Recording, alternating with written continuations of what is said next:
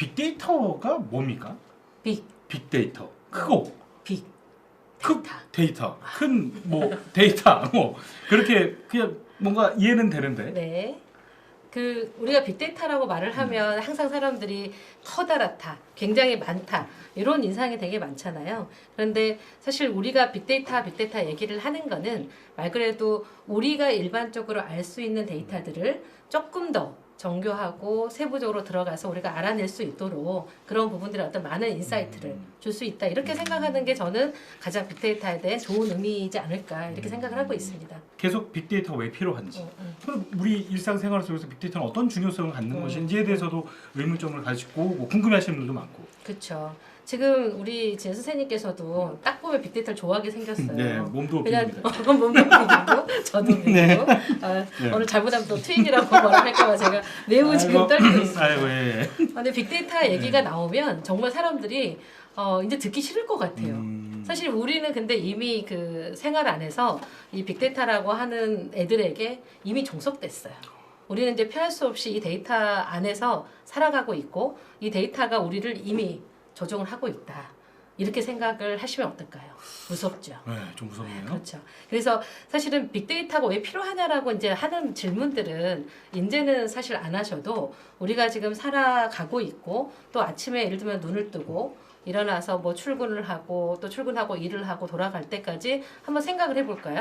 아침에 눈을 떠서 예를 들면 버스 정류장 갈 때 요새 혹시 뭐 어플 같은 거 좀 보세요? 그럼요. 당연히 버스 타기 전에 네. 뭐 어느 정도 시간이 언제 오는지 이제 가장 효율적인 시간대에 맞춰서 나가려고 준비를 하죠. 그렇죠. 그렇게 생각을 해보시면 내가 지금 아침에 차를 타러 갈 때 그 보는 어플 나를 이미 기억을 하고 있어요. 데이터가. 아 나의 버스가 언제쯤 오겠구나라고 하는 거를 지금 선생님한테도 알려주고 또 그 데이터를 가지고 우리는 또 열심히 걸어 나갑니다. 그래 놓고도 내가 데이터를 쓰는지 몰라. 그렇죠. 이게 말도 안 되는 세상이죠, 그죠? 그리고 또 그 데이터가 내가 또 가까이 가게 되면 너 여기만큼 왔구나, 너가 원하는 버스가 아니면 뭐 BRT가 몇 분에 도착할 거야라고 전광판에 이렇게 쫙 나와줘요.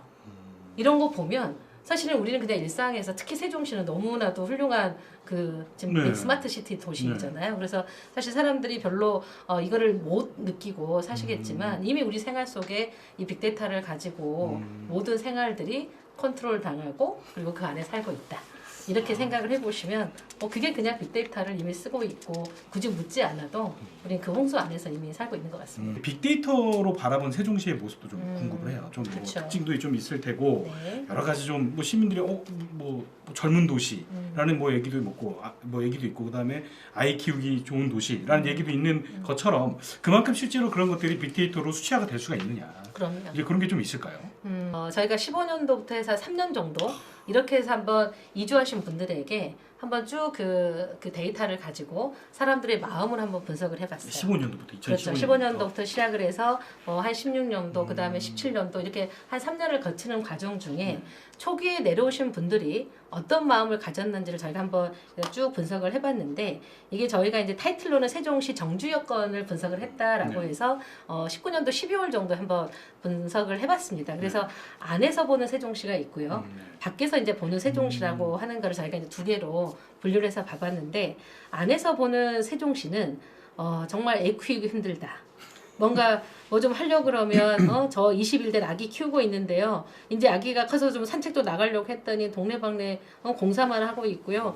정말 너무 힘들어요. 혹시 육아 애기 도란도란 할 사람 없나요? 초창기. 네, 이게 지금 이제 15년도에 16년도에 주로 이제 그런 생활 인프라에 대한 사실 어려움들이 굉장히 많았고요. 그때 당시에 밖에서 보는 세종시에 대해서는 행복, 안전. 그러니까 이름만 보고 사람들이 전부 다 여기는 정말 최첨단 도시에 뭐 정말 기회의 땅이구나. 여기 가면 집값이 오르겠지. 막 이런 것들에 대한 관심사가 엄청나게 많았고요. 이름이 사실 행정 중심 복합 도시잖아요. 그렇죠. 그래서 전부 다 행복 도시라고 호칭해서 네, 그렇죠. 전부 다 거기 가면 해피 시티다. 그렇죠. 뭐 이런 얘기도 할 것처럼 굉장히 세종시가 살기 좋은 도시라고 하는 이미지들이 좀 있었어요. 네.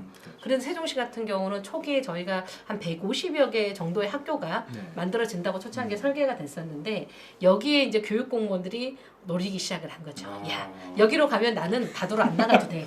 여기에 가면 그렇죠. 나를 앞으로 옆집 갔다가 옆집 말뚝을 갔다 받겠다. 해도 뭐 이런 여기 거죠. 안에서만 도는구나라고 해서 초기에 젊은 그 교육 선생님들이시죠. 설명 엄청나게 인기 있었습니다. 그때 모르겠습니다. 그게 저는 이제 교육자가 아니다 보니 그 안에는 모르겠으나 대부분 이사를 오시려고 하는 그렇죠. 분들이 선생님 가족들이 엄청 많으셨고요. 또 우리 젊은 선생님들 같이 그 따라오는 아가들 전부 다 한참 그 그렇죠. 귀여운 아가들이 네. 또 많이 오고 해서 그런 이제 육아에 관련된 고충들을 말할 수밖에 없는 초기 어떤 그런 환경들이 좀 있었고요. 여기 보면은 대부분이 밖에서 볼 땐 행복한 도시고 좋은 인프라고 뭐 살기 좋은 이런 오딩들이 있었지만 또 그 안에서 사는 이런 이제 젊은이들한테는 아주 계속적으로 개발을 하고 그렇죠. 뭔가 퉁탕퉁탕 네. 옆에서 하다 보니까 얼마나 스트레스겠어요. 네. 어디 계속 나가서 뭐 네, 애들 키우기도 힘들고 그래서 이런 중장비 소리 부분들이 나고, 예. 굉장히 힘이 들었던 그런 시절이 있었고요. 그러다가 뭐 19년도로 쭉 오다 보니까 좀 바뀌었어요. 이 분위기가. 이게 처음에는 뭐 육아나 뭐 이런 부분을 고민하다가 이제는 의료, 공공 뭐 이런 서비스로 쭉 흘러가는 것을 19년 전후에서 보이게 됩니다. 그래서 저희가 이런 데이터를 가지고 쭉 분석을 했을 때 정주 여건에 대해서 기본적으로 이제 감성이라고 하는 거를 저희가 표현을 하는데요. 정주 여건이 좋다, 나쁘다. 뭐 긍정이냐, 부정이냐, 아니면 중립이냐 이런 부분들을 물어보는데 세종시 같은 경우는 특히 불만스러운 데가 교통. 이 교통의 아무튼 그 메카라고 하는 세종시가 교통을 제일 힘들어합니다. 그리고 두 번째가 교육. 그리고 주거 환경, 그 다음에 의료 공공 서비스, 뭐 소비, 뭐 이런 식으로 나오는데 이미 뭐 여기 사시면 알겠지만 정말 그 상가 하시는 분들 되게 힘드시잖아요. 그렇죠. 빈집도 많고 빈 상가도 네, 많고 공실도 한데 많고. 이런 부분들에 대해서 사실은 뭐 우리가 도시라고 하는 기준에 대한 거를 할 때 밤의 문화가 있어야 되는데 네. 세종시는 너무 건전해요. 아, 노래방을 할 수 있는 데가 몇 개 없습니다. 이것이 결국은 우리 저는 저녁에 이해합니다. 노래 부르고 싶은 그죠 노래 아니, 좋아하시는 아니.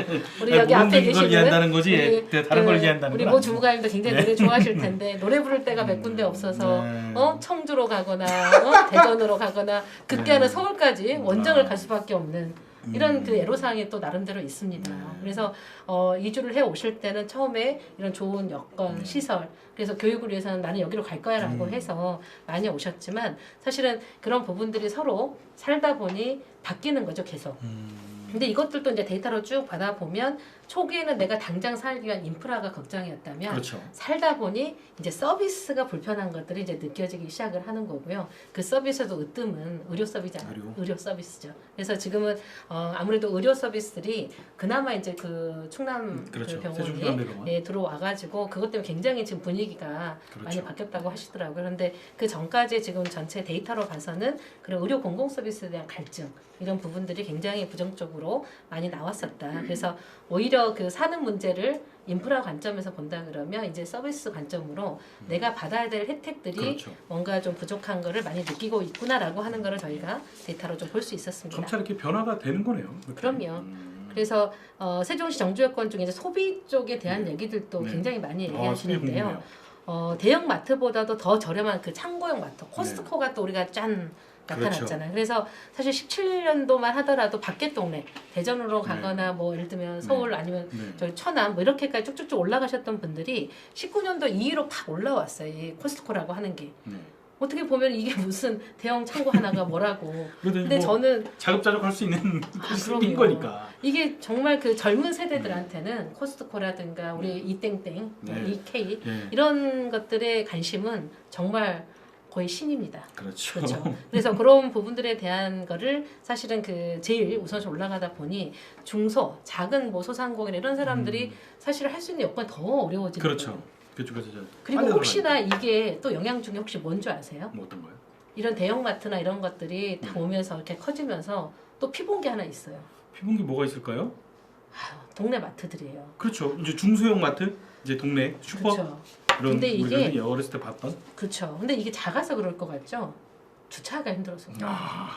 다시 그냥 또 우리 깨구락지 주차 뭐 이런 거 하잖아요. 그렇죠. 이런 거라도 해서 그렇죠. 그냥 넣고 그냥 딱 가서 사와야 되는데 이게 도로도 좁죠. 그 대중교통 중심 도시니까. 맞습니다. 그런데 도로도 좁고 거기에다 잠깐 대고 내가 물건 사는 게 어려우니까 결국은 주차장이 잘 되어 있는 대형마트로 옮겨 가고 그러다 보니 우리가 말하는 이제 소위 말하는 골목 상권 말 그대로 집 주변에 이런 상권들이 사실 살아나기 굉장히 뭐 어려운 부분들이 좀 없잖아. 지금 이런 부분들도 결국 정주 여건 중에 우리 이제 개개인의 삶의 부분에 있어서 어떤 출산과 육아와 아이들의 문제에서 이제는 어떤 그 의료라든가 보건 쪽으로 옮겨갔다면 사실 소비나 편의 부분에서도 사실은 없었을 때 뭐라도 있었으면 정말 저 치킨집 하나 감동받은 적도 있고 그뭐 300 땡땡 그 콩나물집 있어요. 저는 거기에서 8,000원을 주고 먹었어도 행복했어요.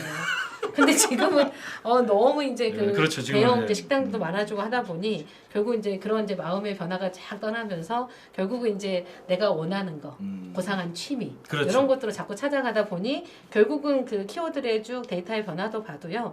예전에는 그런 이제 맛집이라든가 뭐 예를 들면 그 운동 뭐 이런 것들 관심이 있다가 19년도에 1위가 1위 2위가 코스트코예요. 그리고 전국에서 커피를 제일 많이 도시가 또 많이 먹고 커피점이 많은 도시가 또 세종시입니다. 아, 그래요? 그러니까 인구 대비 전체량. 인구 대비. 정말 아니, 커피 좋아하시는 분들. 카페는 사실 예전부터 레드오션이라 하도 또 그럼요. 뭐가 뭐 상가도 그럼 저기 또 뭐 생겨 하면 결국 카페가 생기는 경우가 많잖아요. 그럼요. 아까 영화라든가 사람들이 왜 편해진 거죠. 이제 문화를 따질 때가 된 이제 거고요. 어느 정도 이제 살만해진 그렇죠. 거죠. 그럼요. 도시의 어떤 인프라라든가. 그렇게 해서 예. 그 감속효도 내오는 것들이 네. 조금 애로사항이 네. 그러니까 그런 이제 변화를 느낄 수 있다.